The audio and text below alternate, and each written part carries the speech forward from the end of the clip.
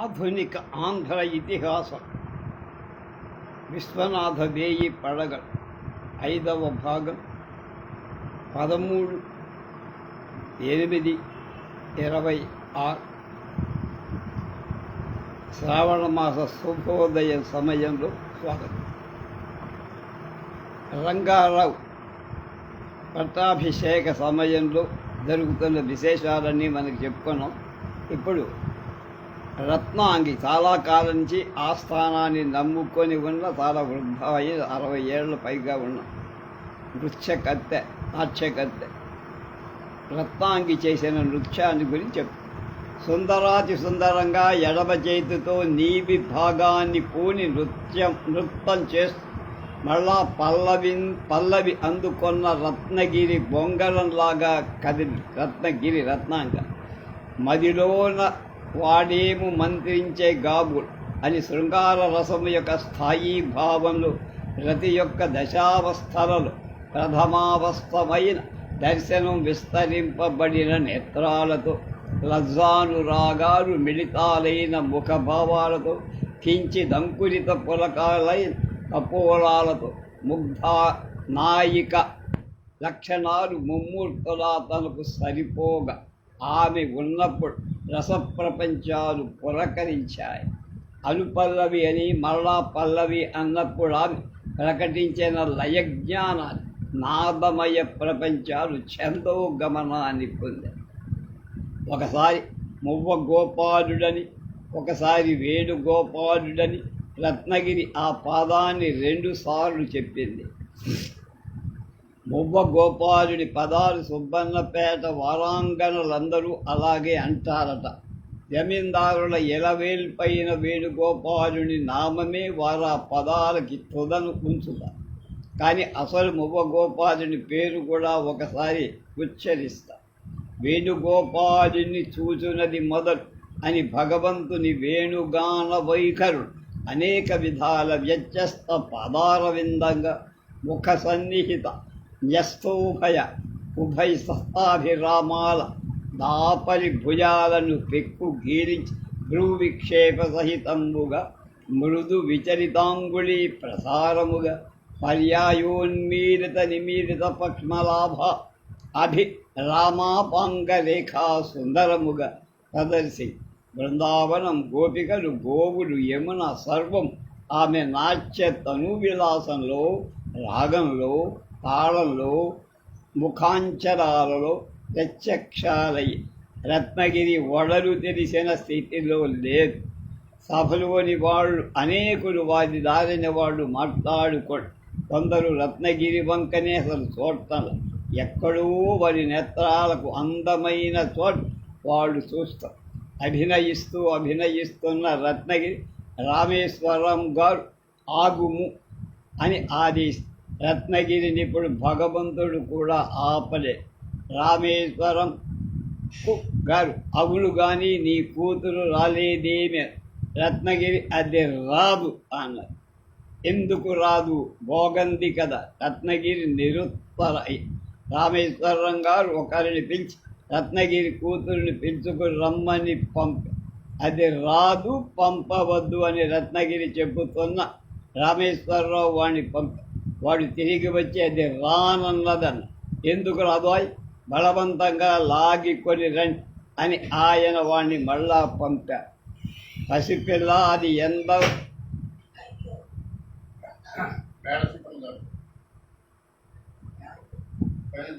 అది ఎందుకని రత్నగిరి బతిమారుతున్నట్టు చెప్పి రామేశ్వరంగా వినిపించుకోవాలి.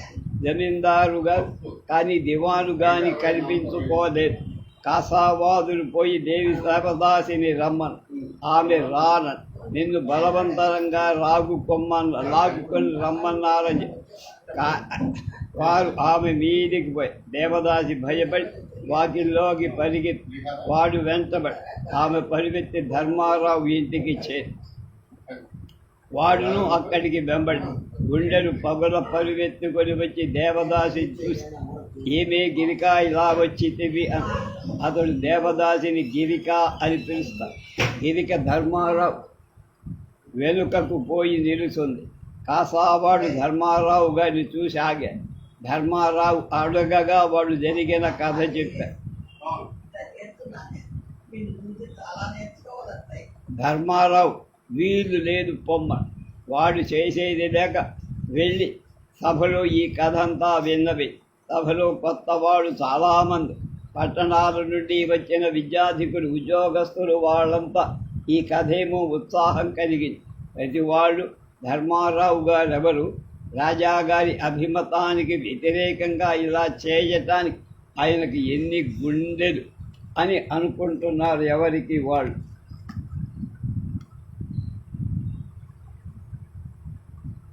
రామేశ్వరరావు గారికి తల కొట్టినట్టయింది. రంగారావు గారి వంక చూశారు. ఆయన పెద్ద తల్లి కుమారుడి వంక చోట్ల.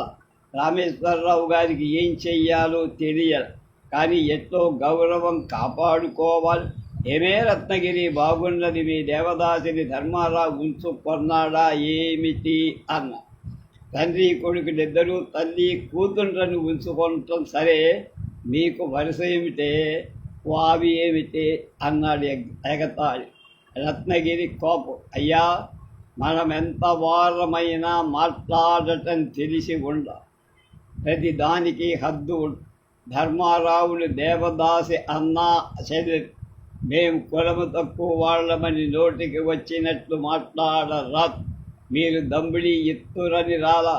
రామేశ్వరరావు గారిచ్చిన 10 ఎకరాల సుక్షేత్రం ఉన్నది నాకు పొట్ట జరగకపోతే ఈ గడ్డ మీద పుట్టా, ఈ గడ్డ మీద పెరిగా, ఈ తరతరాల నుండి ఈ ప్రభువుల యొక్క ఉప్పు తిన్నాంకను బాబయ్య గారి పట్టాభిషేకానికి నా విద్య చూపించడానికి వచ్చాక తమరి చేత ఇలా మాటలు పడటానికి కాదు.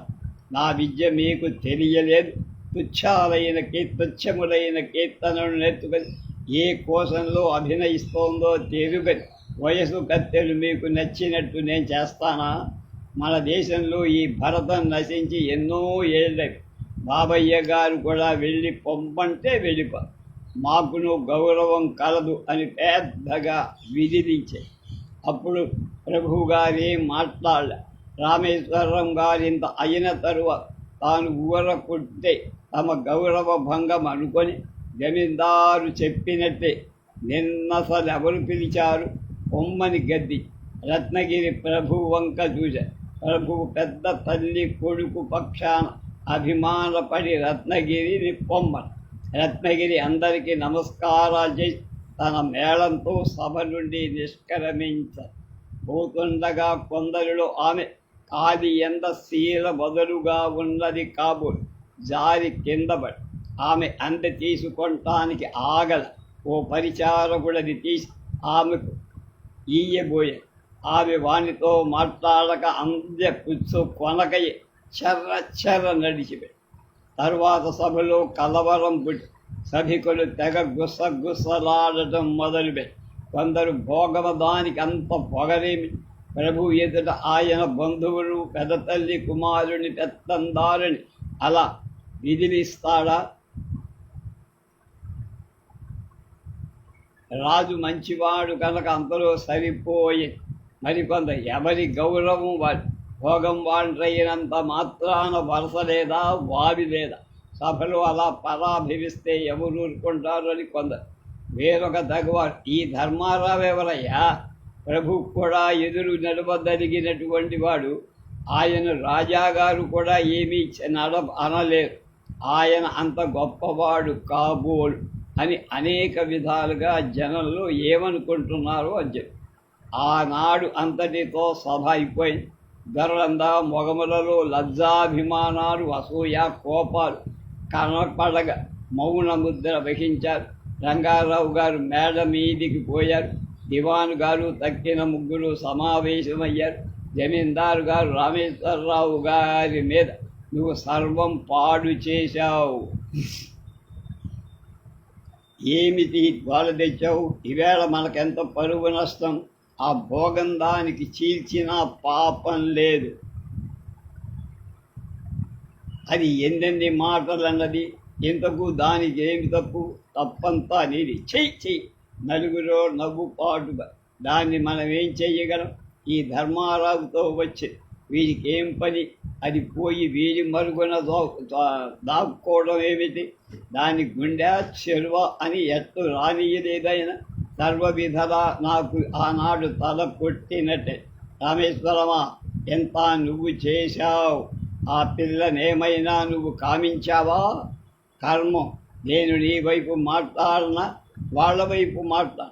నిజానికి ఇందులో వాళ్ళ తప్పేం కనపడ్డా.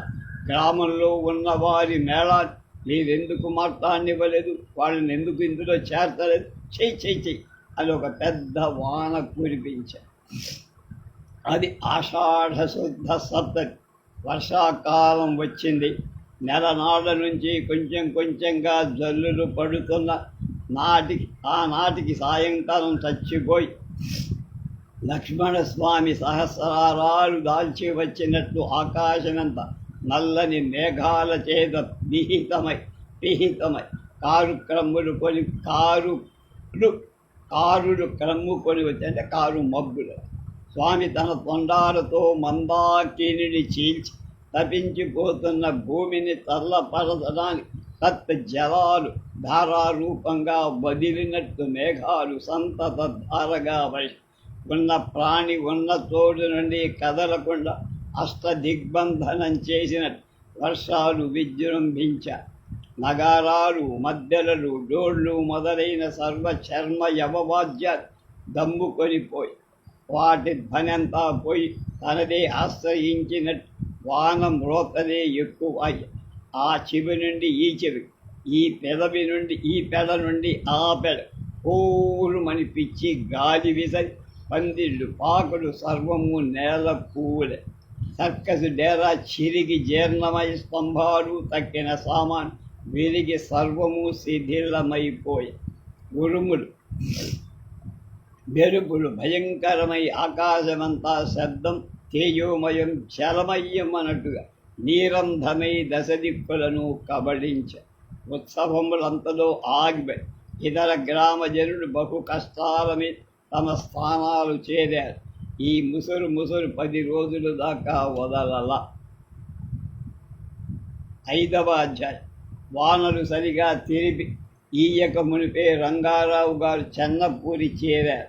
సుబ్బన్నపేట చెన్నపూరిలాగా సుఖ నివాస భూమి కాదు. దొరలు, దొరసానులు, సినిమాలు, టీ పార్టీలు, గవర్నర్, మఠాధికారులు, తారు రోడ్లు, సముద్ర తీర విహారాలు, చల్లని గాలులు. చెన్నపురి ఉన్న చెన్నపుర. రంగారావు గారిని తన వాణ్ణి చేసుకుంది చెన్నపురి.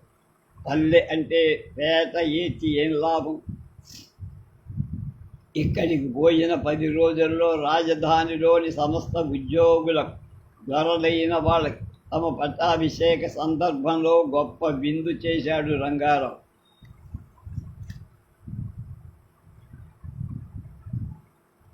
విందైన మర్నాడు డాంజిజీస్ హోటల్లో వాళ్ళకి స్పెన్సర్ కంపెనీ వాళ్ళకి 50,000 రూపాయల బిల్లుల కింద రంగారావు చెల్లించారు. ఇది కాక గవర్నర్ గారి భార్య ఇద్దరు 1 లక్ష రూపాయలు వెలగల రత్నహారాలు కానుకగా ఇచ్చారు. చివరకు లెక్క చూస్తే పట్టాభిషేకానికి 6 లక్షలు, చెన్నపూరిలోని 3 లక్షలు, మొత్తం 9 లక్షలు మొక్క. ఇంతలో పాత బాకీలు వసూలైనవి 1,00,000 పోగా 8 లక్షల లోటు కనబడి హరప్పనాయుడు సరిపోయేటప్పటికి కోటలో 10 లక్షలు నిలవ ఉన్న కృష్ణమనాయుడు వాటి 20 లక్షలు చేశారు. వారు యథేచ్ఛగా ఖర్చు పెట్టారు. పరగణ సొమ్మంతా ప్రజలే తిన. అంత ధనం ఎలా కూడబెట్టారో తెలియదు. వారు నిలవ చేసి ఉంచిన 20 లక్షలలో రంగారావు అప్పుడే 8 లక్షలు ఖర్చు పెట్టేశారు. రాజ్యానికి వచ్చి 6 నెలలు కాలం. యథార్థమైంది ఏమిటో తెలియదు కానీ దివాను గారు కూడా పెత్తందారులను మరొక 50,000 ఈ దెబ్బతో మూట కట్టారని ఒక వదంతి బయలుదేరి. మొత్తం మీద దుబారా ఖర్చు మిక్కిలిగా జరిగి పదార్థాలు సర్వం ఎక్కడికక్కడ పూష్కాకు. పందిళ్లకు, బాలికలకు పాకలకు వేసిన గుంజర దగ్గర నుండి అదృశ్యమైపోయి వానలు విరిసిన తరువాత దివాన్ గారు చెన్నపురికి ఎగారు. రాధాకృష్ణయ్య సర్వారాయుడు గారు తమ స్వగ్రామాలకు పోయారు. కోటలో రామేశ్వరం గారు ఒకరే. వారు వారి పనులేవో చూసుకోవటం మొదలు పెట్టారు. కనుక మిగిలిన పదార్థాలు సామాన్లు ఏమయ్యాయో వాటి అజ కనుక్కున్నవాడు లేరు. వానరు వెలిసి కోటకు ఆమె సర్వాధికారుడైన తర్వాత రామేశ్వరం గారు పాత పగలు తీర్చుకోవాలనే గాఢంగా వాంచి తమకిప్పుడు ఇద్దరు శత్రువులు రత్నగిరి ధర్మ. వీరిని సాధించడానికి ప్రయత్నాలు మొదలుపెట్టి భోగందానికేమీ అని వంట ఇంటి కుందే ధర్మారావు పని పట్ల ధర్మారావుని పిలిపించి కోటలోనే ఒక తడి పెట్టాలనుకొని ఊహించి ఒక సేవకుని పిలిచి ధర్మారావును తాను పిలుస్తున్నాను రమ్మని కబురి. ధర్మారావు అతడెవడో అయి నన్ను పిలవడానికి నేను రానన్నా అని చెప్పమని రామేశ్వరాకి నాభి దగ్గర ఒక క్రోధ వీచిక బయలుదేరి గుండెలో ఒక తాపు తాచి మొగం కెగదని భ్రూయుగ మధ్యమల్లో కన్నులతో కలిసి నల్లని నెత్తులు గూడు కట్టింది. ధర్మారావు గారి పూర్వుల సంగతి, వారి ఊళ్ళో ఉన్న గౌరవ విపత్తులు రామేశ్వరం గారికి సమగ్రంగా తెలుసు. పోయి వాళ్ళ ఇంటి వద్దనే ధర్మారావుని ఏదైనా చేస్తే అల్లరవు. గ్రామస్తులందరూ ధర్మారావు పక్షమే. అందుచేత కోపం పట్టలేక తనకు తోచినన్ని అబద్ధాలు కల్పి ధర్మారావు గురించి చెన్నపులిలో ఉన్న రంగారావు కొండెముడు పెద్ద ఉత్తరం రాసి పంపించాను. పొరనాడు కొంత కోపం తగ్గి రామేశ్వరం కాసావాడినొకడిని పిలిచి మర్నాడు రత్నగిరిని ఎట్లాగైనా పరాభవించాలని చెప్పి కాసావాడు చెప్తామని ఆ సాయంకాలం పోయి రత్నగిరితో చెప్పి దాసేవాడు భోగంవాడు నా గ్రామంలో ఒకటే. రత్నగిరికి తమ్ముడొకడుండాడు. వాడి పేరు కబీర్. కబీర్ మహాబలశాలి. పచ్చి పోగి బండి మీద 2 పుట్లు వేసి రోజా అడ్డకు భుజం మోపి సునాయాసంగా లేవనెత్తగా కత్తిసాము కర్రసాముల్లో అద్దితే వాడి వయస్సు 40 ఏళ్ళు. రంగారావు గారి చిన్నతనంలో వాడు కృష్ణమరాజని వద్ద ఈ విద్య నేర్చుకొని రంగారావు కూడా నేర్పుతూ ఉండేవాడు. కానీ రంగారావుకి అది పట్టల. కబీరు రంగారావు సరిగా నేర్చుకోలేదని కొన్నిసార్లు కొట్టాడు కూడా. రంగారావు గారు తండ్రితో చెప్పారు, కృష్ణమనాయుడు పూర్వభావం గలవాడు. దొర కొడుకైనా తొడపాశం పెట్టి బుగ్గను నలపక బుద్ధి రాదు అని చెప్పి అవును నేర్చుకోవాలని. కత్తి పట్టలేకపోయినా దొర ఏమిటి అన్న. అప్పటి నుండి కబీరన్న రంగారావుకి కోపం. వేధవ జమీందారు బిడ్డను నన్ను కొడతాడా అని కాసావాండ్రకు తక్కిన అదుపో మనుష్యులను కబీరంతో ఎక్కువ అని అభిమానం. వాళ్ళంతారు వాడెంత చెప్పితే అంత. వారిలో వారికి ఎక్కువ చెడు. వారి అప్పగారిని గురించి రామేశ్వరం గారు ఇలా చెప్పగా వాడి మిత్రుడు ఓరుస్తాడా? వరుసకపోయి దానితోనే చెప్పచ్చు. కృష్ణమనాయుడు గారి భార్య రుక్మిణమ్మారావు గారు. ఆవిడ 60 ఏండ్ల వృద్ధురా. రత్నగిరి ఆ సాయం వేళ ఆమె దర్శనానికి పోయి పట్టాభిషేక వేళ జరిగిన వ్యవహారమంతా చెప్పి రామేశ్వరరావు గారు తనకేదో అపకారం చేస్తున్నాడని, ఆ కాసావాడు తన కట్టు విప్పాడు అలా చెప్పాడని విన్నవి. పెద్దరాణి ఈ కథ పట్టాభిషేకం నాడే కొద్దిగా విన్నది. ఇప్పుడు సమగ్రంగా తెలుసుకొని కాసావాణ్ణి పిలిపించి రామేశ్వరం గారు అన్నది నిజమేనా? అమ్మగారు నిజమేనా? నాతోనే చెప్పాడని రుక్మిణమ్మారావు గారు రత్నగిరిని పంపించి రామేశ్వరాన్ని పిలిచి తల వాచేటట్లుగా చీవాడు. చివరకు మా అక్కగారి కడుపున నువ్వు ఎలా పుట్టావురా అని రామేశ్వరరావు గారు తల వంచుకొని కాసావాడి మీద కూడా కారాలు మిరియాలు నూరారు. కానీ కోపం అంతా డొక్కలో ఉంచుకొని తర్వాత పైకి చక్కగానే మెల్లగటం ప్రారంభి. నాయుడు చనిపోయినప్పటి నుంచి రుక్మిణమ్మారావు గారు తన గదిలోనే ఉన్నది. గది వదలి బయటికి రాల. ముసలితనం వీధి తనకి వ్రాత కలిసిందని ఆమె దిగులు పడి దొరగారి కన్నా నేను ముందు పోయి ఉండరాదా? పుంస్త్రీ తావు ఎందుకో నోచుకోలేకపోయాను అని ఆమె పక్కనున్న దాసీలతో ఎప్పుడు అంటూ ఆమె ప్రతి ఏకాదశి ద్వాదశి వేణుగోపాల స్వామి ఆలయానికి పోయి ఆ రెండులో ఏకభుక్తం ఉండి చాలా నియమాలు పాటిస్తూ నాయుడు పోయిన ఈ 6 నెలలు ఆమె స్వామి దర్శనం చెయ్యలా. రామేశ్వరం గారిని కోపపడిన రోజు రావణ శుద్ధ దశమి. ఆనాడు రాత్రి రుక్మిణమ్మారావు గారి కలలో స్వామి కనిపించారు. ఆ యాదవులు ధరించే కోర తలపాగ, శిరోవేస్తనం, మెడలో తులసిమాల, సూర్యహారాలు, చంద్రహారాలు, భుజాలలో బాహుబలుడు, బొడ్డున చింతామణి, పీతాంబరం కుచ్చలు దిగజాచి శీలమండల మీదికి వేలాడునట్టు ధరించ జరీ పని చేసిన ఎర్రని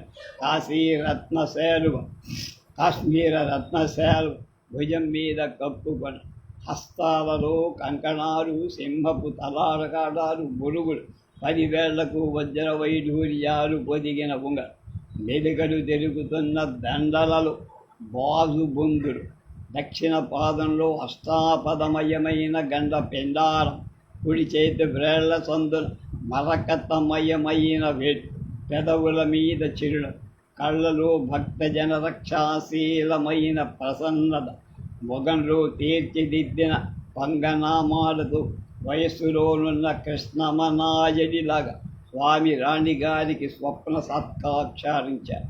ఎంత యోగాభ్యాసమున్న స్వామి సంపూర్ణమూర్తి సాక్షాత్కరించదు. ఏ అంగాలలో బుద్ధి నిలవదు. ఒకవేళ నిలిచిన అంతలో మళ్ళా చెదిరిపో. రుక్మిణమ్మారావు గారి పూర్వ పుణ్యం ఎంతో, ఆమె ఇంద్రియాలు ఎంత అదుపులో పెట్టుకున్నదో, ఆ తపోమహిమ ఎట్టిదో. లీలాసుకునికైనా ప్రత్యక్షము కన్న స్వామి రాణిగారికి ఎక్కువ మనోహరాకారం కనపరిచారు. అందులో తాను కృష్ణమనాయని వారే వచ్చి రుక్మిణమ్మారావు గారి పాతివృత్యం భగవంతుని యందు భరించినట్లుగా వ్యాఖ్యానం చేశారు. వచ్చిన స్వామి పెదవుల మృదువుగా కదల్చి ఏమేమో అని రాణికి వినపడల. కానీ పెదవుల కదలికను బట్టి రేపే ఏకాదశి అన్నట్లు తోచింది. రాణి గుండె ఒక్కసారి పశ్చాత్తాప ఆనంద దుఃఖావేశం చేత ఉబికిపోయి. అంతలో ఆమె మెలకువ వచ్చి తెల్లవారుతో సౌఖసాయనికారు సాయం ప్రాతికాలైన వాద్యాలు మోగుతుంది. సన్నాయి శ్రవణ సుఖోపేతంగా ప్రాతర్మందాకిని వీచికాగ్రాలపై ఊగిన మధుర నినాదాలచే రాణి మనసు ఆనంద నిమగ్నమయ్యింది. హే రామ హే కృష్ణ ఇహ సముత్తిష్ట, హే రామ హే కృష్ణ హే జగత్రయ గురు, హే పుండరీకాక్ష రక్ష నిజపక్షం హే రామ. ఈ కృష్ణ లీలా తరంగాని మంగళి రంగనాయకుడు ద్రావిడ దేశం కూడా పేరు మోగిన సన్నాయి మీద అనుసరించారు. ఆ సావేరీ నిశ్చలమై నిశ్శబ్దాలైన వాయు తరంగాలపై, అనుకూల వాయువు వేడ నదీ తరంగాలపై చిన్న తెప్పలు జర్రున పాకినట్టు పాకి రంగనాయకుడు కాలాన్ని రాగంతో కలిపి నృత్యం చేయించారు.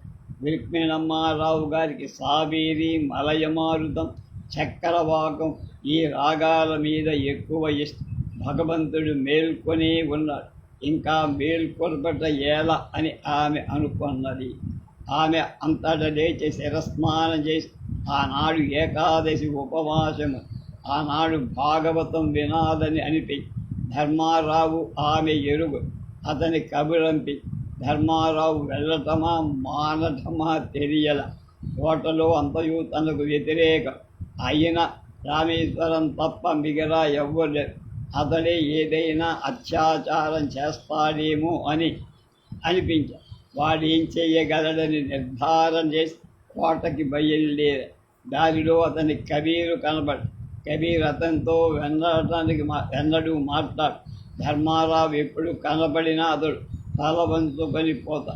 నేను ఎందుకో బాబుగారు ఎక్కడికి పోతున్నారు? ధర్మారావు అక్షరపడి కోటలోనికా అని 2 సార్లు అని నేను కూడా వస్తాను పదను. ఇద్దరును కోట దగ్గరికి పోయా. ధర్మారావు గారిని రాణి గారు కబురంపిందని తక్కిన వారికి ఎవరికీ తెలియదు కనుక అందరూ అతన్ని విచిత్రంగా చూశారు. అంతఃపురంలో రామేశ్వరం గారు కనపడ వెంటనున్న కబీరుని చూసి ఏమీ అనల. ధర్మారావు వచ్చానని రాణిగారి కబురంపగా ఆమె లోపలికి రమ్మని కబురంపి కబీరు తానతట దిగబడిపోయి ధర్మారావు లోపలికి వెళ్ళాడు. కోటకు ప్రబల శత్రువు అనుకున్న ధర్మారావు రాణి చేత పిలిపించబడట రామేశ్వరం గారి హృదయం ఉడికిపోయి పిలిపించబడ్డది. ఆ కొడుకు పట్టలేక ఆనాడు మొలక చాలీర ఉత్తరం చెన్నపల్లికి రంగారావుకి వ్రాసి వచ్చిన ధర్మారావు ఆదరించి రాణి అతని ఆసనం మీద కూర్చుండజేసి, బాబు ఇవాళ ఏకాదశయ్య, నువ్వు భారత భాగవతాలు చక్కగా చదివావు, ఏమైనా వినిపిస్తావేమో అని పిలిపించాను అన్న. రాణి భాగవతం తెప్పించి సిద్ధంగానే ధర్మారావు నల్లని వాడు పద్మనయనములవాడనే ప్రార్థన పద్ధతి వెంటనే అతని కృష్ణమనాయుడు గోపన్న జ్ఞాపకం వచ్చారు. వెంటనే అతనికి కన్నీరు గిర్రున తిరిగి, రాణి ఎందుకు నాయనా కన్నీరు అని. ఏం లేదమ్మా అని చెప్పి ధర్మారావు చదవటం ప్రారంభించారు. తీయగానే రుక్మిణీ కళ్యాణాత్మకమైన విష్ణు కథలు ఆకర్ణించుతుంది అని పిలగా కొత్తలు అవి వినంగా కొత్తలవుతుండు. రాణిగారు చిన్నప్పుడు రుక్మిణీ కళ్యాణం చదువుకొని ఆమెకు ఆ పద్యాలన్నీ నోటికి వచ్చి అవి వినగా కొత్తగా అవుతూ అనగానే, రాణి నాయనా పోతన్న గారు ఏమన్నారయ్యా, నిజంగా ఎప్పటికప్పుడు విష్ణు కథలు కొత్తగా కనపడతాయేమిటయ్యా, 60 ఏళ్ల నుండి వింటూనే ఉన్న ఆ పద్యం ఇప్పటికీ నాకు కొత్తగా ఉందనయ్యా. ధర్మారావు ముక్త వైకల్యుడెవ్వడు తృప్తుడవు అని రాణి ధర్మారావు వివేకానికి సంతోషించారు. నీ గుణములు కన్నేంద్రియములు సోక దేహ తాపములు తీరి. ఈ పద్యం చదువుతూ ధర్మారావు గద్గద కంఠుడై ఒక ఉద్వేగాని అతని నేత్రాలు బాష్పపూరితలయ్య. తద్భక్తి భావాకృష్టయ్య రాణి బాష్పపూరితలోచన అయ్య. పురాణమైపోయాక మరికొంతసేపు భగవత్ ప్రసంగం చేసి, రాణి బాబు చదువు మానేశావేమిటి? ధర్మారావు ఏం పలకలేదు, మారు పలకలేదు. రాణి గ్రహించ. ఆ సాయం వేళ అద్దాల బండి మీద రాణి దేవాలయానికి పోయి దేవాలయాంతర్భాగం నుండి పురుషులంతా వెళ్ళిపోయారు. అప్పుడంటే రాణి వస్తే ఎవరు ఉండరు, మగ పురుగు ఉండదు.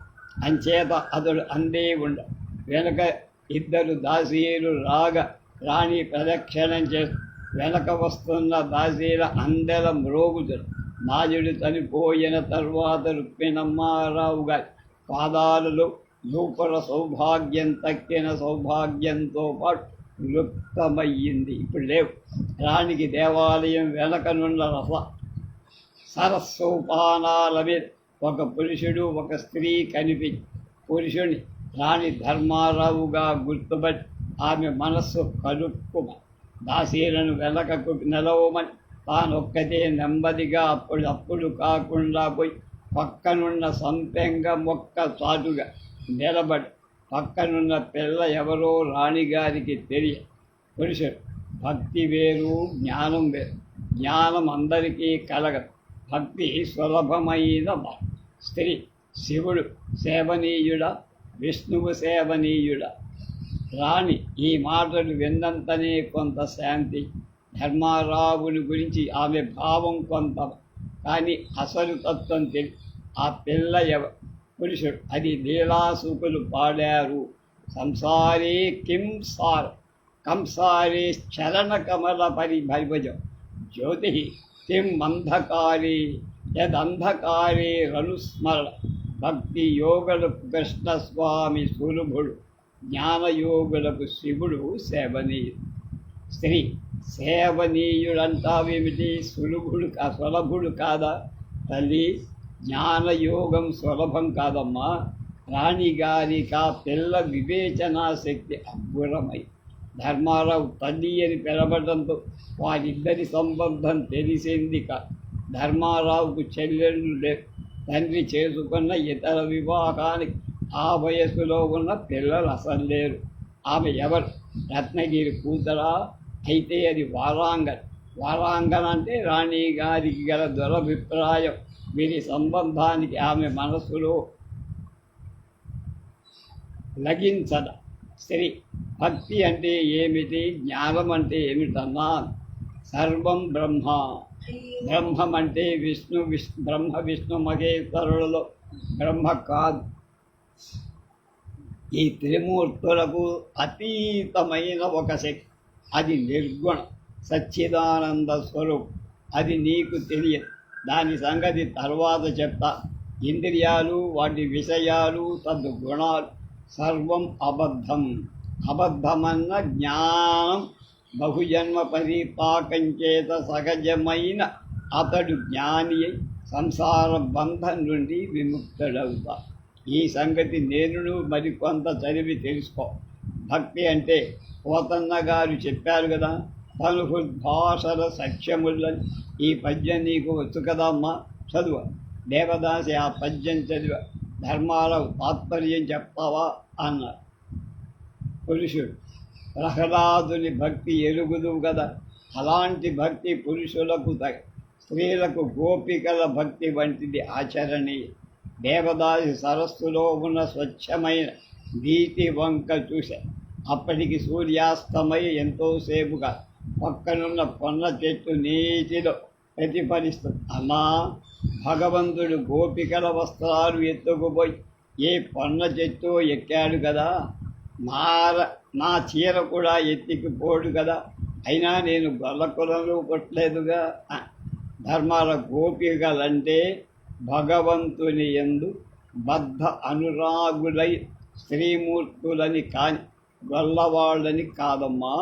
నువ్వు కూడా గోపికవే. అదే నందనందండు అంతర్హితుండయి పాటలీతరులార పట్టరమ్మ అన్నంత వడలు తేనిజతనం రావటమే గోపికా లక్షణం. దేవదాసి ఆ పద్యం గోపికా గీతికలోదా. రాణి ఆనందం పట్టలేకపోయి. పిల్ల చూస్తే 12 ఏళ్ళు లేదు. రత్నపు మొలకలాగు నెమ్మదిగా వాళ్ళ దగ్గరికి వెళ్ళి కాలి ఉడుకుడు తగిలి ధర్మారావు తిరిగి చూసి రాణిగారు కనబడినంతనే లేచి నిలబడి. దేవదాసి ఏమో ఆలోచిస్తారు. ధర్మారావు గిరికా అన్న. ఆమె తల ఎత్తి చూసి ఎవరో తెలియక ధర్మారావు లేచి నిలుచున్నాడు కానీ తాను కూడా లేచినాడు. ధర్మారావు వీరు రాణిగారు, పెద్ద రాణి ఈ పిల్ల ఎవరు? ధర్మారావు మాట్లాడ. రత్నగిరి మా అమ్మండి అంది అమ్మాయి. మీ ఇద్దరు ఏదో మాట్లాడుతున్నారు, మాట్లాడుకోండి. ఇద్దరు సిగ్గుపడు. అది పసి ఎదరు పడే సిగ్గు. మీరేదో సత్ప్రసంగం చేస్తున్నారు, మీరు కానివ్వండి, నేను దైవ దర్శనం చేస్తానన్నది రాణి. వారు మేము కూడా వస్తామని ఆమె వెంట నడిచారు. రాణి వెంటనే దేవదాసి అడచె. ధర్మారావు కొంచెం ఎడబుగా వస్తారు. ఎందుకో జననాంతర సౌహృదం కాబోలు. రాణి అంటే దేవదాసికి భయం కలగల. చదువు కూడా ఆమె అవయవ ఛాజనం పోతే మొదట ధర్మారావు అతని వెంట వాళ్ళిద్దరు ఆ అంతర్భాగానికి వెళ్ళారు. ధర్మారావు ఇప్పుడు దేవతా దర్శనం ప్రార్థనా శ్లోకాలు పఠిస్తారు. ఆడు రాణి ఉన్నదని చదవ. అర్చకుడు ధర్మారావుని చూసి భయపడి పురుషులందరినీ బయటికి పంపించేశారు. ఇతడెక్కడి నుంచి వచ్చాడు కానీ అతని ఉనికి రాణిగారు పాటించినట్లు కనుక అతడు గుండె నిలువదొక్కు విష్ణుపాదాలు స్వీకరించారు. శఠారంటాం, శఠగోపం అంటారు. అర్చకుడిచ్చిన మందార పుష్పాలు తీసుకొని రాణి బయలుదేరింది. దేవదాసి కథల్లా రాణి రావేమి అన్న. కృష్ణదేవుడికి రుక్మిణి ఎందుగల సత్యభామ మీదే ఎక్కువ ప్రేమ కదా. స్వామి సత్యభామని తన దగ్గర ఉంచుకున్నాడని రాణి ప్రాణాలు ఉస్సురుమన్న. సత్యభామ అందున్న గోపికలయం స్వామి ప్రేమ చెప్పటానికి వీల్లేదు అన్నాడు. సత్యభామ మీద ఉన్న ప్రేమ కన్నా గోపాలకృష్ణుడికి గోపికల మీద ఉన్న ప్రేమ చాలా ఆవులవులు.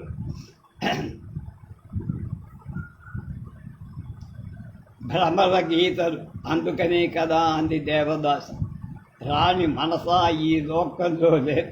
దేవాలయం నుండి బయటికి వచ్చారు.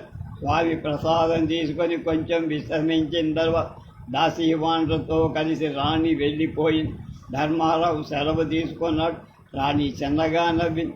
అన్నా చెల్లెండిద్దరూ కలిసి ఇంటి దారి పడ్డ గిరిక ఇంటి దాకా దిగబెట్టి ధర్మారావు వెనక తిరిగాడు. గిరిక అతనిలోనికి రమ్మంటుంది. అతడెన్నడూ లోపలికి పోడు. ఇంటికి పోయినంతనే తల్లి చింతపండు పచ్చడితో అన్నం పెట్టి అది వరకే చుట్టుపట్ల నేతి అప్పులు బోలెడున్నాయి.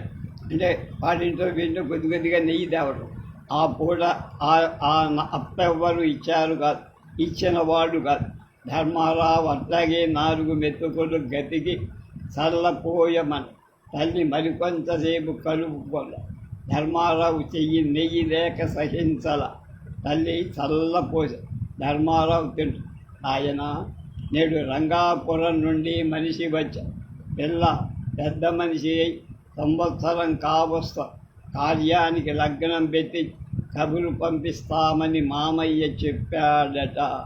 ధర్మారావు తల వంచుకొని బాగున్నది. లంకణాలలో మనుగోడు పంటారు, ఇదే కాబోడు. తల్లి సరే తండ్రి, అందుకని మానివేయలేం కదా. అప్పులో అప్పు ఎలాగో చేసుకోవాలి కానీ అదను తప్పిన పిల్లను అలా ఉంచితే నిరాపనిందలు కదా. ధర్మారావు మాట్లాడక భోంచేసి లేచిపోయాడు. సావడిలో మంచం వేసుకొని పడు. ధర్మారావు తాత సోమన్నగా తనకు మామకు పెళ్లి కాదేమో అని తన కుమారుడు కాదేమో అని మొదట దిగుడుపడు. రామేశ్వర శాస్త్రి గారు దేశాలన్నీ తిరిగి పల్నాడు సీమ నుండి ఒక సంబంధం చేసి ఎలా అయినా ఆమె పెళ్లి చేశారు. తర్వాత చాలా నాళ్ల దాకా సంతానం కలగదు. దానికోసం కొడుకు అంటే తండ్రి ఎక్కువ పరితది. గంగాధరం గారి భార్య పేరు నాగం. ఆమె నాయకురాలంతది, అంటే నాగమ్మ నమ్మ. ఆ మనిషి మోట్ ఆజానుబాహు, నల్లరి శరీర ఛాయ. నాగర కథ అనేది లేదు.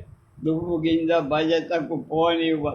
ఆమె కాపురానికి వచ్చిన తర్వాత 10 ఏళ్ళకు ఒక ఆడ శిశువు కలిగి.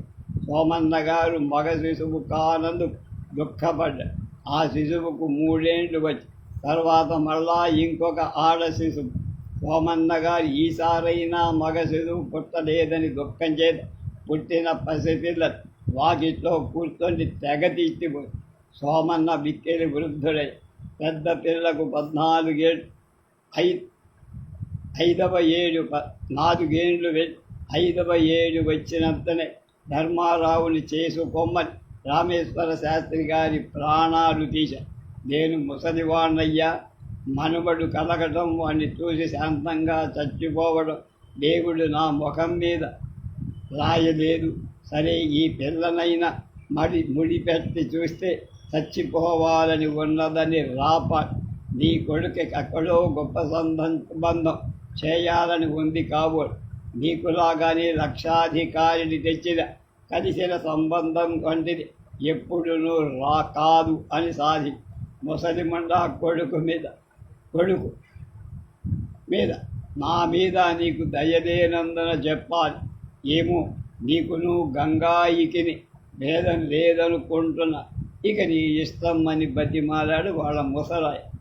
ఇంత సావిత్రమ్మ గారు కూడా బలవంత పెట్టి చివరకు రామేశ్వర శాస్త్రి గారు ఒప్పుకొని 11 సంవత్సరాల వయస్సు కలిగిన ధర్మారావు 5 ఏళ్ల అరుంధతినిచ్చి వివాహం. పెళ్లి అఖండంగా జరిగి కృష్ణవనాయుడు స్వయంగా రంగాపురం వెళ్ళి వధూవరులకు 1000 రూపాయల కట్నం చదివి శాస్త్రి గారు పెళ్లికైనది 5-6 రూపాయల బియ్యం చేశారు. బ్రాహ్మణ సంభావన అమోఘంగా జరిగాను. అధ్యయనం పూర్తిగా చేసిన వాళ్ళకి నవరసులు ఇచ్చారు. రూపాయి ఇవ్వడం అంటే చచ్చు సంభావన. పెళ్లి పీటల మీద అరుంధతి కూర్చుండలేకపోయి అర్ధనాకార చూడటానికి 3 ఏళ్ల పాపలాగా ఎర్ర తేరులాగా ఎక్కడ కూర్చోబెడితే అక్కడే హత్తుకుపోయే. మధుపర్కాలు మోయలేక పిల్ల ఏడవగా పీటల మీద కూర్చున్నంతసేపి అని కట్టి తర్వాత తీసేశారు. బాలసారు పెళ్లి కూతురు లేకుండానే హోమాలని జరిపాయి. ఒకరోజు సాయం హోమవేళ అరుంధతి బావా నిద్రొస్తోంది అని ధర్మారావు తన తొడ మీద పడుకోబెట్టాడు. పిల్ల నిద్రపోయి పసివాడైన ధర్మారావుకు ఆవలింతలు వస్తున్నాయి. ఇంతలో అమ్మలక్కలంద అరుంధతి ధర్మారావులు తొడ మీద నిద్రించడం చూసి చాలా ముచ్చటపడ్డా.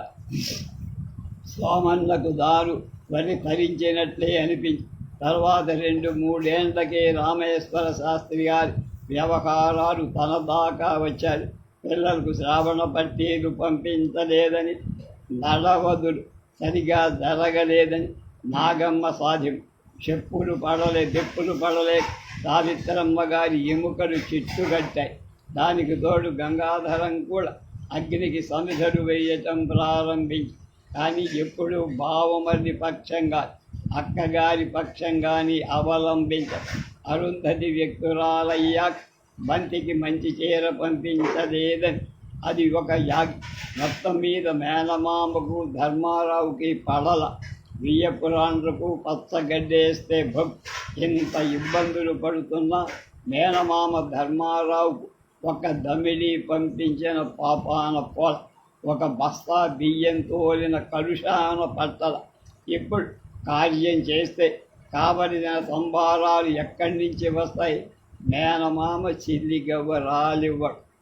ధర్మారావు సావడిలో పడుకొని ఇంటి వంక చూశా. దేవిడి అంత పంపు.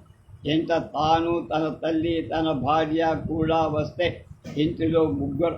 తల్లి ఇంత బావురు, ఇల్లు ఇంత బావురు. అరుంధతి చూసి తానప్పుడే 4 ఏళ్ళే.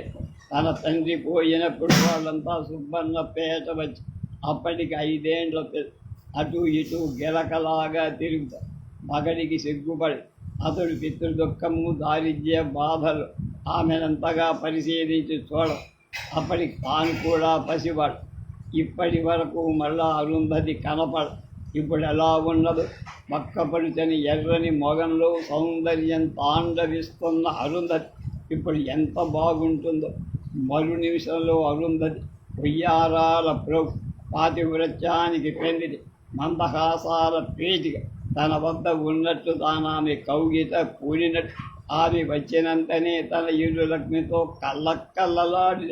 ధర్మారావు భావ సోపానాలు కట్ట. కార్యం చేస్తే డబ్బు కావాలి. అది ఎక్కడి నుంచి వస్తుంది? ఏ మార్గం తోచల. ఒక ఉపాయమని ఇదివరకే 4-5 సార్లు తన మనసులో వచ్చిన ధర్మారావు దాన్ని మనస్సులోకి రానివ్వకుండా పక్కన పెట్టి ఆ ఊహ ఇది. తన ఇల్లు తాకట్టు పెడితే అప్పు పుట్టదు. ఆ పని కృష్ణమనాయని దయని తిరస్కరించినట్లవుతుందని బాధపడు. గొడ్డు వచ్చిన వేళ, కొమ్మ వచ్చిన వేళ, తన భార్య వచ్చిన వేళ విశేషం చేత తాను బాగుపడతాడేమో. ఒక 100 రూపాయలు ఇంటి మీద తెస్తే అది క్రమంగా తీర్చడం. సంకల్ప వికల్పాల మధ్య గతాగతకారి అయిన అతని మనసు చివరకు గృహం మీద డబ్బు తేవటానికి నిశ్చయపడ్డ. మనసులో భావజుడు పొడసూపిన అతనికి నిద్ర పట్టల. కోడి కూసిన వేళ నిద్ర పట్టే వరకు అరుంధరి పరిష్వంగారు మనసా సహస్రాలై నిద్ర పట్టి అతడు పొద్దెక్కి లేచాడు. తెల్లవారటంతో అతని మనసు మళ్ళా మారి ఇల్లు తాకట్టు పెట్టడానికి మనసొప్పల. ఆ మహారాజు భార్య తన్నింత గౌరవించారు. తన ఆత్మ తన్నింత భరిస్తుందే ఉంది, అనుసరిస్తుంది. ఆయన జడల ద్రోహం చేయడమా? 2-3 నాళ్ళు అయిన తర్వాత గుడిలో ఒక సిద్ధాంతి దగ్గర యాదాలాపంగా పోయి తన కార్యానికి లగ్నం పెట్టను. ఆయనయు 10 రోజుల్లో లగ్నం మాఘానికి నాగినను బాగుండేది. మాఘం వరకు ఆగితే బాగుండు. లగ్నం శ్రావణ శుద్ధ దశమి. ఇంటికి వచ్చి తల్లితో లగ్నం పెట్టించానని చెప్పి అమ్మ మాఘమాసం దాకా ఆగరాదా అన్న. తల్లి నవ్వి అప్పటికి ఊరకుండా సాయంకాలానికి రంగాపురానికి కబురు మర్నాడు కబురు పంపిస్తానని ధర్మారావుతో చెప్పి ధర్మారావు ఆశ్చర్యపడి వద్దంటే కదా అన్న. నీ ఎప్పుడు వద్దన్నావు అని తవ్వాను. మళ్ళా మాఘం దాకా ఆగమని ధర్మారావు కబురంపెన మామగారు మండిపో ధర్మారావు మౌనం వహించి ఆనాడు సాయంకాలం ధర్మారావు నాగన్న శెట్టి ఇంటికి పోయా. శెట్టి కొడుకు వెంకటరత్నం పెద్దవాడై వ్యవహారాలు తానే చూస్తున్నారు. పల్లె కాక బస్తీ కాక ఉన్న నద్బంగపేటలో వారు వర్తకమంతా గొప్ప వాళ్ళది. ధర్మారావు వెళ్ళేటప్పటికి తండ్రి కొడుకులిద్దరు దుకాణం బలోనే ఉంది. ధర్మారావుని చూసి వాళ్ళిద్దరూ ఒకరికొకరు మాట్లాడ. కృష్ణనాయుడు బతికి ఉన్న చివరి 4 ఏళ్ళు నాగన్న శెట్టి ధర్మారావు వంగి వంగి నమస్కారాలు చేసేవారు.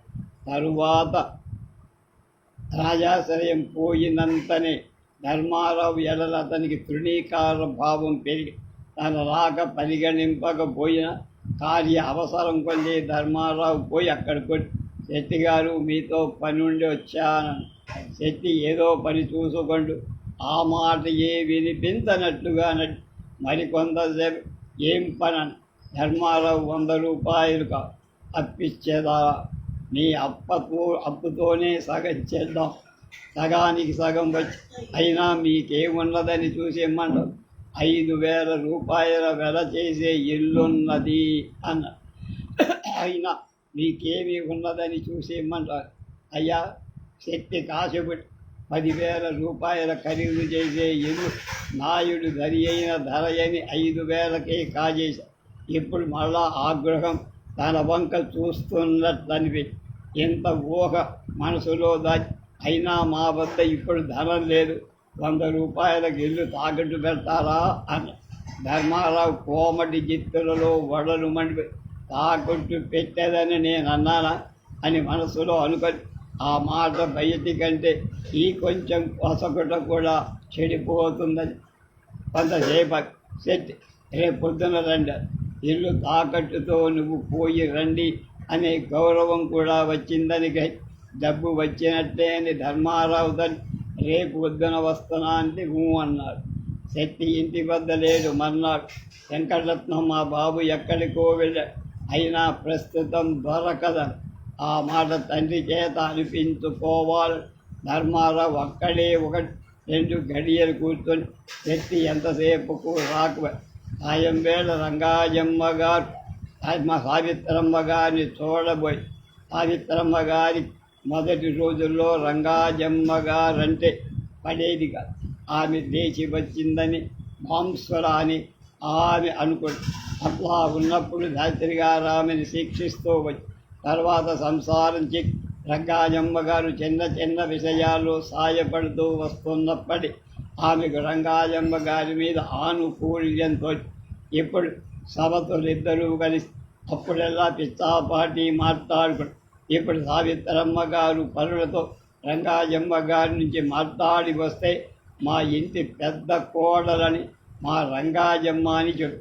ఈవేళ సావిత్రమ్మ గారు రంగాజమ్మ గారితో ధర్మారావు కార్యమని లగ్నం 10 రోజులదని కుర్రవాడికి సంబంధ లేదని శెట్టి వద్దకేమో వెళ్ళాడని ఏమైందో తెలియదని రంగాజమ్మ గారు మాట్లాడేది.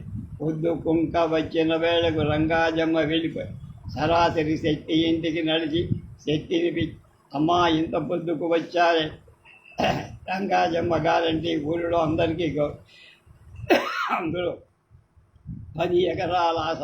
రంగాజమ్మ గారు శెట్టితో ధర్మారావు మీ దగ్గరకు డబ్బు కోసం వచ్చారట కదా. అవును, ఎంత? 100. ఆ డబ్బు కొత్త ధాన్యం వచ్చిన తర్వాత నేను కావలసిన చోట నోటు రాసి తెచ్చావు. రేపు పొద్దున ఆయన డబ్బు పంపించండి అని చిత్తం రంగాజమ్మ వెళ్ళిపోయారు. మర్నాడు ధర్మారావు మళ్ళా శెట్టి ఇంటికి పోయి తల్లి కొడుకులిద్దరూ అతని చాలా గౌరవం చేసి కూర్చోబెట్టి ధర్మారావుకి ఈ మార్పు అర్థం కాల. ఇంటి మీద ఆశ పుట్టిందని మాత్రం అనుకోడు. శెట్టి కొడుకుతో ఒరై ముందు శాస్త్రుల గారి పని చూడరా అన్నారు. నోట ఇదివరకే వ్రాయించి ఉంచారు, బిళ్ళ కూడా అంటించారు. ధర్మారావును దస్కతు చేయమని అతడు చేశారు. వెంకటరత్నం బిళ్ళ మినహాయించి 99 రూపాయలు 14 అణా చేతులు. ధర్మారావు మరి తాకట్టు బదులు చేయుత్తరమైన తీసుకోమన్నాడు. ఎత్తి చిత్తం అక్కర్లేదండి శాస్త్రి గారు కుమారుడు తమరు మాట దఫావత్తు మనుష్యుడా. ధర్మారావుకు మతి పోయింది. ఇదేదో శక్తి గొప్ప ఇస్తాడు ఏమిటో తెలియదు. ఇంటికి వచ్చిన తాగని ధర్మారావు 10 రూపాయలు ఖర్చు పెట్టి ఉప్పులు పప్పులు నెయ్యి తెచ్చి తల్లి ఆ 10 రోజులు కొడుకు చక్కని పోషణ చేసి ఈ 10 రోజుల్లో ధర్మారావు చెక్కిళ్ళు కొంచెం బయటికి వచ్చి రేపు కార్యమనగా ధర్మారావు వీధిలోకి పోయా. ఆ ఊరిలో ముసలి కమ్మవాళ్ళకి ముసలి రెడ్లకు ధర్మారావు అంటే చాలా ఆదరం. శాస్త్రి సంతానమని ఒక ముసలి రెడ్డి 15 ఎకరాల ఆశ 90 ఏళ్లవాడు ధర్మారావు చూసి మరుబడు కార్యానికి తయారవుతున్నాడే అని. ధర్మారావు కొంచెం సిగ్గుపడి ఆ కాలపు ముసలి వాండ్ర పరాచికం ఒక చెత్త మోటుగా కూడా ఆ ముసలి ఎలా అన్నాడు, ఈ కాలపు వాడికి వడలిలో సత్తువేది తినాలేదు, అరిగించుకోలేదు. నేను నా చిన్నప్పుడు మణుగు బెల్లం పచ్చు ఎత్తుకుపోయి ఒక్కసారిగా తినేవాడు. ఊస బియ్యం 2 సేరు 3 సేరు ఒక బుగ్గకు సాలేవికం. నాగలి దున్నటం మొదలుపెట్టే పొద్దున మొదలు సాయంకాలం దాకా కాడి దించకుండా దున్నేవాడు. ఈ వైపు నుండి ఆ వైపుకు గుండేరు అలాకగా దూకేసి ఈదేవాడు. ఇలా అతను అనుతుండగా గభీరా త్రోవ ఏగుతుంది. ముసలి ఇదిగో చూడు, వీడు పెద్ద కబీర్ వస్తాదు కదా, నా చేతికి చెయ్యమ్మని చెయ్యితాడు. ఇది వరకు 4-5 సార్లు కబీరు ఆ ముసలివాణి చేయివ్వడం గిలగిల్లాడటం జరిగి అంచేత కబీరు నవ్వుతూ దూరంగా పోయి ముసలి అదిగో 40 ఏళ్ళ పడుచువాడు, నేను 90 ఏళ్లతో చూశావా అని. ధర్మారావు దాదా నీ కాల పుష్టి మాకెక్కడి నుంచి వస్తుందయ్యా, జొన్నన్నం జొన్న కన్నం రాగి దాగుడు తిన్నవాడుమే, వరి బియ్యం తినేవాళ్ళమే, అసలు మేము మీ ఏడు వచ్చేసరికి బతుకుతామా. ధర్మారావు అక్కడి నుంచి శక్తి దుకాణానికి మర్నాటికి కావలసిన గుడ్డలు ఒక్కలు తాంబూలాలు చిల్లర అన్నీ తీసుకు ఇంట్లోకి వెళ్ళి మరికొంత సామాను కూడా తెచ్చి సావిత్రమ్మ గారు ఆదివారం నాడు అందరం సోమవారం నాడు జోలే మనిషి. ఆ 10 నాళ్లలో ధర్మారావు తెచ్చిన అంతా ఖర్చు పెట్టి ధర్మారావు కొందరు బంధువులను రమ్మని ఉత్తరం రాసి వాళ్ళు వస్తారు కనుక ఇంటిలోకి 3 వీసాల నెయ్యి తక్కిన సామాగ్రి కొన అంతా కలిపి శక్తికి 60 రూపాయలు.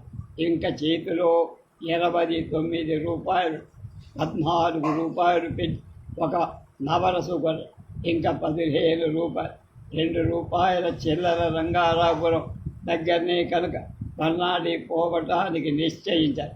ఆ రాత్రికి ధర్మారావు ఒక్కడు బాబులు పిల్లలు అందరూ కూడా వస్తారు. బంధుత్వంలో అంతే వట్టి అప్పుడు తనలు బద్దు కొట్టుకుంటారు. అక్కల వేళ చక్కగా కలిసి రుద్దుకుంటుంది. అస్తమయ వేళ అయినప్పుడు సూర్యాదేవి అంతటి రాగం వదల పక్షులు శ్రేణులు కట్టి నభోంతిరాళంలో పరుగులెత్తి వాకిటను ఉన్న అశ్వత్థాగ్ర భాగం పశ్చిమ ఆకాశలం వైపు కొద్ది సూర్యుని జఠర తాపం చేత అదియు రాగం ప్రకటి దేవదాసి ధర్మారావుని తోడవచ్చారు. ఆమె దూరం నుండి చూసే ధర్మారావు పై ఉత్తరీయం వేసుకొని వచ్చి ఇద్దరూ దేవాలయం వైపు నడిచారు. దానిలో ధర్మారావు మంగను చూశారు. పక్కనున్న సారె రాజుతో చూశావా, మా బాబును దొర అన్న. మంగ తన వంకే చూస్తున్నదని ధర్మారావుకు తెలుసు, కానీ ఆమె అతనితో ఎప్పుడూ మాట్లాడ. ఇద్దరూ శివ సన్నిధికి వెళ్ళారు. అన్న లోపలికి పోయి చెల్లెలు ముఖమంటపంలో నిలబడి స్వామి ధర్మారావు భుజం మీదను దేవదాసి వంక చూసి తనకన్నా కృష్ణుడే అదృష్టవంతుడనుకోడు. ధర్మారావు సగము విరాగి కాని అతని వైరాగ్యం ఎంతో లాలస అంత. స్వామి వద్ద పార్వతీదేవిని చూసి ఈ సంసారం భగవంతుడికే తప్పల నాకా అనుకొని అర్చకుడు రుద్రపాదాలు తీయటంలో పళ్ళెం మ్రోగెను. ధర్మారావు తన ఊహకు భృంగి నటుడు నవ్వాడా అని తిరిగి తర్వాత వేణుగోపాల దర్శనం. ఆలయంలో ఉన్నంతసేపు స్వామి దేవదాసి వంక చూస్తున్నట్లే స్వామికి తన ఎందు దృష్టే లేదు. కొద్దిగా చీకటి పడి ఇద్దరు ఇంటికి మరలే. గిరిక ఇంటి దాకా తెచ్చి ధర్మారావు వెనుక దిగా. గిరిక అన్నాను. ధర్మారావు వెనుక దిగి గిరిక రేపు నీ కార్యమట కదా, వదిన వచ్చిన తరువాత మాతో మాట్లాడవు కాబోలు అన్న. ధర్మారావు పిచ్చి పిల్లవు అన్న. గిరిక చేతి ఉంగరం తీసి ఇది వదిన గారికి నేను ఇచ్చానని ఇవ్వమని ఇచ్చేది. రేపు 6వ అధ్యాయం.